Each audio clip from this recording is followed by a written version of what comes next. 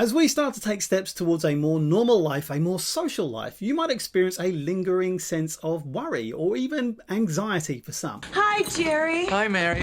Listen, I decided I can't kiss hello anymore. I'm sorry, it's nothing personal. This might be not wanting to get too close to other people, or a sense of dread you can't get rid of, being easily distracted, or poor sleep. We may even experience a sense of risk aversion in the short term. I can't remember the number of times I said to the kids during lockdown, please don't do that, muttering under my breath, I really don't want to be going to ED right now. And we may find ourselves avoiding places, activities, or situations, or worrying excessively about issues outside of our control. I want you to draw for me your fears, your anxieties, the roots of your unhappiness. So, anxiety is a normal human emotion. Around about 15% of the population will be affected at any one point in time. There's some indication that, at least in the short term, a higher proportion of people may experience anxious feelings as we exit out of lockdown into a new phase. But it's important to remember that experiencing some anxiety is normal, but it's only when it's so strong that it interferes with you being able to carry out your normal day-to-day life that it becomes considered to be an anxiety disorder. Oh dear, I'm a goner! You act like I'm going to cook you for dinner. Aren't you? Why, of course not.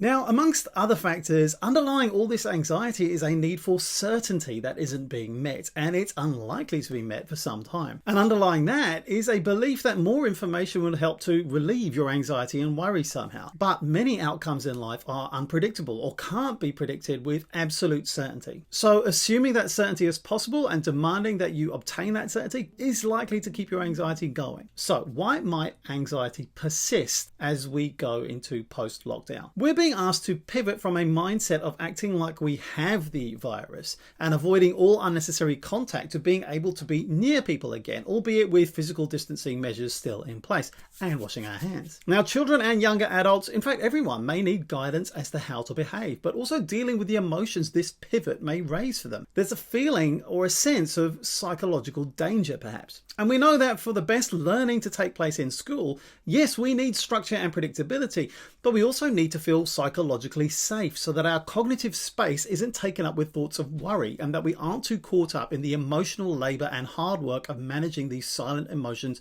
ourselves. As we move from the more strict levels of lockdown or movement control, which did bring a sense of protection and security for some of those who suffer from anxiety, as well as many in the wider population, then we might see some changes. Entering back into more engagement with society may also bring us face to face with these social and economic consequences in ways that we may not have been in touch with in real ways so far. Job losses, business closures or furloughs, and this may bring up feelings of shame, loss and guilt. It's important to remember that we have a lot to process right now. All those communications you've been getting from central government, they're also in the process of being decentralized. Instead of watching the latest 1 p.m. press conference directly from public servants and the Prime Minister, we're now in a phase where we're receiving messages about what people are doing and how you need to behave from schools, work, councils, commercial organisations we may have given our emails to, like cafes, supermarkets, museums, etc. Everyone right now is receiving an information deluge. Now, for some people, they like more information. It settles them. For others, they want to be told directly and from one source what they need to do. They don't even necessarily want to know why. We're also moving from a situation where we perhaps had a widely shared and convergent mental model of what was happening and how we should respond. People weren't too different to each other in that understanding. However, as we move to a different phase, these mental models about what we should and could be doing become more contested, more divergent. And if we're looking for increased certainty in these communications,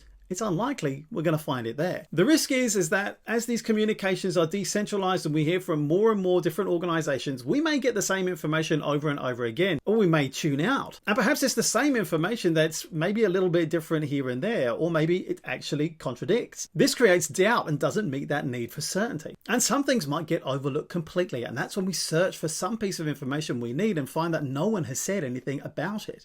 Again, this can erode our sense of psychological safety and predictability. It's important to remember that for most people that this low grade and possibly persistent anxiety will most likely not interfere with their lives, and it will most likely fade away and flare up only when we go through another concerning period if cases start rising again. It's more likely that we'll start to normalize some of the behaviors that we've been encouraged to perform, like washing hands more often and distancing too. And this will become a way of life for the foreseeable future and will have consequences for how we deal with people. But we don't quite know how that's going to play out right right now. But hopefully as it becomes more normal, it becomes less worrying. We also do need to talk about how we're going to manage this. For example, when we first start emerging out into social spaces like school or the workplace, there might need to be a level of comfort that you need in order to feel safe. It's important that schools and workplaces respect this and help people to manage safe interactions, not just infection safe, but psychologically safe. So this means to a large extent people will have to be able to go at their own pace in the early stages. And it's going to add another dimension to getting back to social or work or educational life. In terms of school, yes, children need the structure to get back on with their schooling. But I also think that creating a sense of psychological safety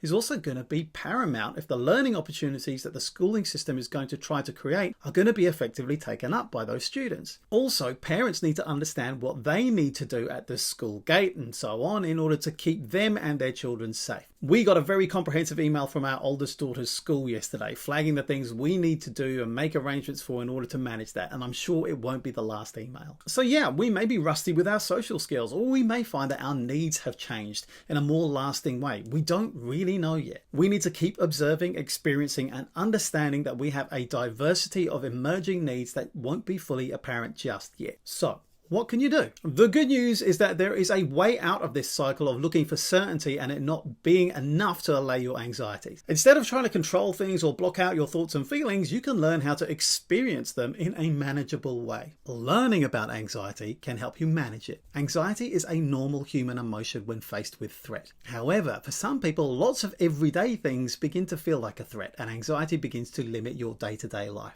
Two tendencies can often play a role in this. Number one, you overestimate how likely it is that something bad is going to happen to you. And number two, you underestimate your ability to cope. So here's some tips to help you get some awareness of how your worries and anxiety might be driving your behavior, so you can start to take action to feel more in charge, even if you can't get absolute certainty in your life right now. Okay, number one, get to know your anxiety.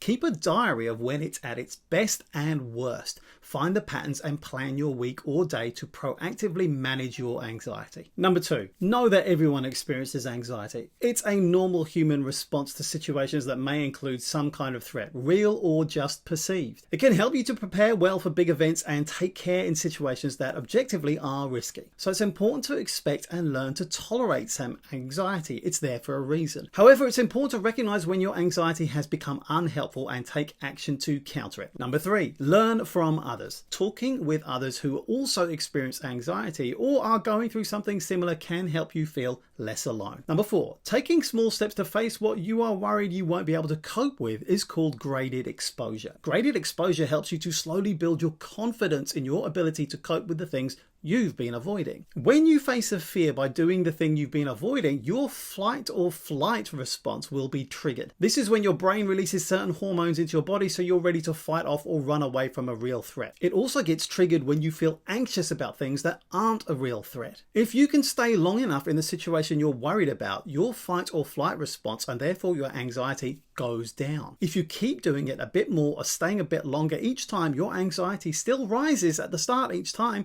but not as much as the time before. Also, you find that your fear was unfounded, which is an empowering experience. So when you do the thing that worries you again and again, your anxiety goes away faster each time. Eventually, you find that you can do much more than before without being worried about it. It never completely goes away. It just doesn't last as long and you're able to work around it. Finally, be kind to yourself. Remember that you are not your anxiety. You're not weak. You're not inferior. Take small acts of bravery. Avoiding what makes you anxious provides some relief in the short term, but can make you more anxious in the long term. Try approaching something that makes you anxious, even in a small way. The way through anxiety is by learning that what you fear isn't likely to happen, and if it does, you'll be able to cope with it. Hey, if you've enjoyed this video, if you found it useful, you might find this video on dealing with uncertainty useful too. Go well and be safe out there.